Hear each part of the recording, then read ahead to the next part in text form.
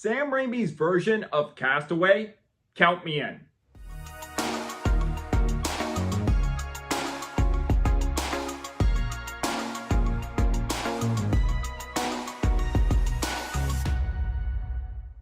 Hey movie buffs, I'm Jack Benner and welcome to my review of Send Help. Send Help is a new survival horror film directed by Sam Raimi starring Rachel McAdams and Dylan O'Brien. When an underappreciated employee played by Rachel McAdams and a toxic boss played by Dylan O'Brien become the only survivors on a plane crash and stranded on a deserted island, there they must attempt to overcome differences and work together to survive. Are you a new viewer coming across this channel for the first time? If so, welcome to my channel. I am Jack Benner. I do movie reviews on here, both old and new, and from time to time I do some lists on here, either a top 5 or ranking video. So if you like either in-depth movie reviews or exciting top 5 lists, definitely considering that like and subscribe button for more exciting movie content down the road. And to give you 3 reasons why I was looking forward to Send Help. Number 1, Sam Raimi is directing. He's both a talented and unique filmmaker ranging from horror films to superhero films. And I was just so excited to see him return to an R-rated film in such a long time and a horror movie. And second, I love the concept of this movie. The great synopsis about a socially awkward employee and a jerky boss stranded on an island together. I wanted to see how Sam Raimi would tackle that idea with high tensions, both potential for an entertaining horror film and giving us psychological horror. And third, Rachel McAdams and Dylan O'Brien are both talented actors. And this looked like a fun project to see these 2 great actors go at it to the max. I was excited to see Send Help a few days ago, and I'm happy to report this movie's a blast. Sam Raimi wonderfully back to his horror roots with 2 actors who both knock it out of the park. It's funny, intense, riveting. It's such a wild ride from director Sam Raimi. To start my pros, the main defining factor on why this movie is such a blast are the 2 central performances from McAdams and O'Brien. I've always really liked Rachel McAdams as an actress, ranging from romance movies, horror like Red Eye, dramas like Spotlight, and she was in the 2 Doctor Strange movies, so she has worked with Sam Raimi before in Multiverse of Madness. But it's always a delightful treat to see her utilize her comedic skills in a movie like Game Night or this. And in Send Help, this is one of my favorite performances she has done yet. She makes Linda super captivating, starting as a socially awkward employee who's hardworking but not valued enough. She sells the quirkiness, awkwardness, and the humor. And later on the island, she becomes more ferocious, malicious, controlling, and delving into more of her insanity. And with this character, she knocks it out of the park equally from her facial expressions and vocal variety, and utilizing both of her acting skills for a magnetic performance here. It's equal part unique, hilarious, charming, and committed. She absolutely dominates here. And when her character is working at the office, and she's treated like crap there from not getting any recognition from her work that she has done, along with a denial of a promotion despite being there for 7 years, and who gets promoted manager over her? An employee who hasn't been there for a year, but was in the same fraternity as Bradley and played golf together. Douche. Speaking of Bradley, he is such an insufferable boss in this film, like, oh my god. But she's also a survival bookworm, and she watches an episode of Survivor at the beginning of the film. Also has picture frames of many of her traveling adventures, so it does make sense how much she utilizes her survival skills. And she's capable for surviving there on the longest time, and she's very intelligent.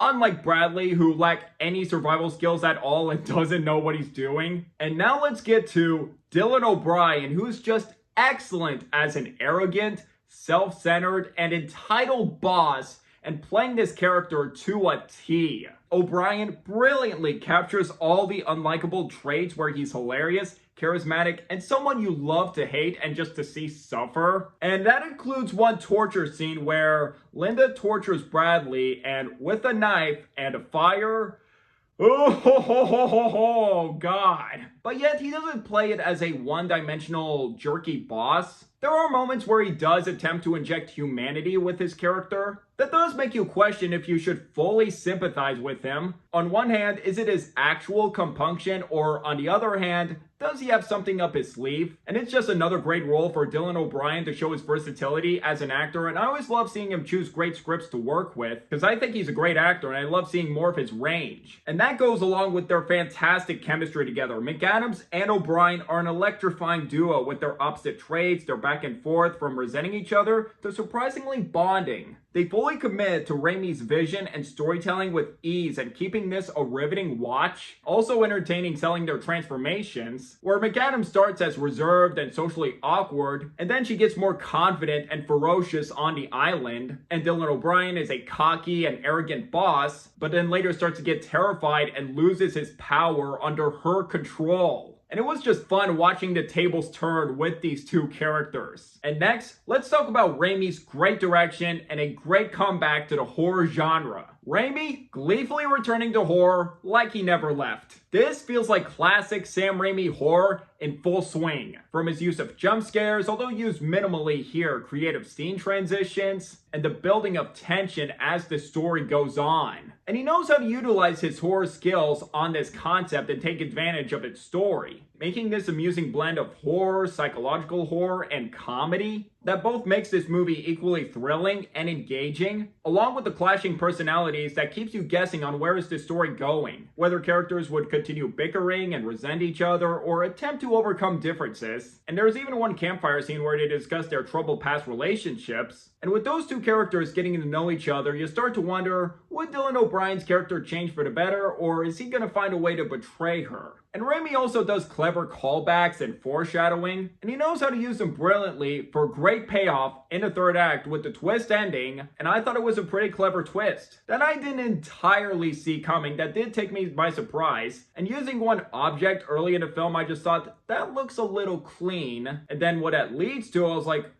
that does make sense. And to that third act, wow. It's intense, bloody, unpredictable. I was just on the edge of my seat for that third act.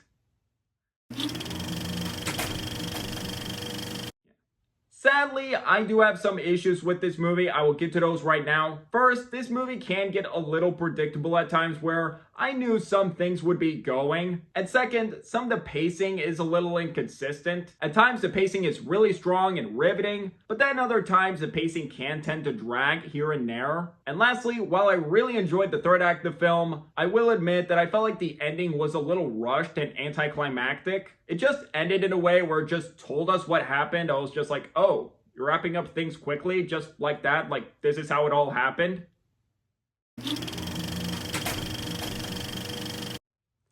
To sum up, Send Help is an amusing return to form for R-rated horror from director Sam Raimi. Send Help has two knockout performances from Rachel McAdams and Dylan O'Brien. The story is thrilling and keeps you guessing, and an entertaining story for Sam Raimi to gleefully return to the horror genre. I definitely recommend this movie to you if you're fans of Sam Raimi's work or his work in horror like the Evil Dead movies. Definitely check this one out. Or if you like Rachel McAdams and Dylan O'Brien as actors and excited to see those two in a movie together, you won't be disappointed. And if you like the concept that sounds interesting to you, go see it. I'm delighted to see Sam Raimi make a great horror film in a long time. And while I enjoyed Multiverse of Madness, I thought it was good but not great. This was definitely improvement over that film. And now to grade it, I'm going to give Send Help 4 stars out of 5, a B+.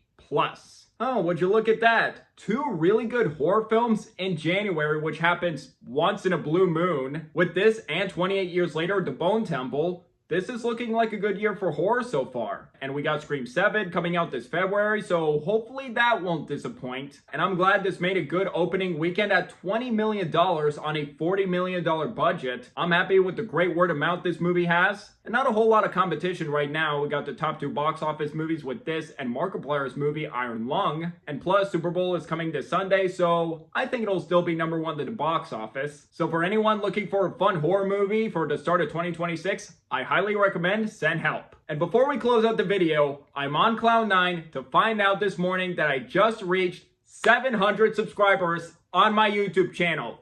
Yes! Thank you all so much for your support and for giving me more motivation to continue making videos. I am truly thankful for each and every single one of you who liked, subscribed, checked out my videos, anything to help out the channel. I really appreciate every single one of you. Thank you all so very much. So I would like to hear from you guys. What do you guys think of Send Help? If you've seen it, do you agree, disagree with my review? Or if you haven't seen it, are you interested in checking out the film or not? Let me know down below. Did you enjoy hearing my thoughts on this movie? You want to see more reviews like this in the future? If yes, please hit that like and subscribe button if you're new here, and don't forget that notification bell for my next upload in the future. It really means a lot. My social media links are in the description down below. You can find me on Instagram and TikTok, and if you'd like to see my written reviews, I do have a letterbox, so if you'd like to follow me on there as well. And until the next video, I'm Jack Benner, and look forward to another movie review.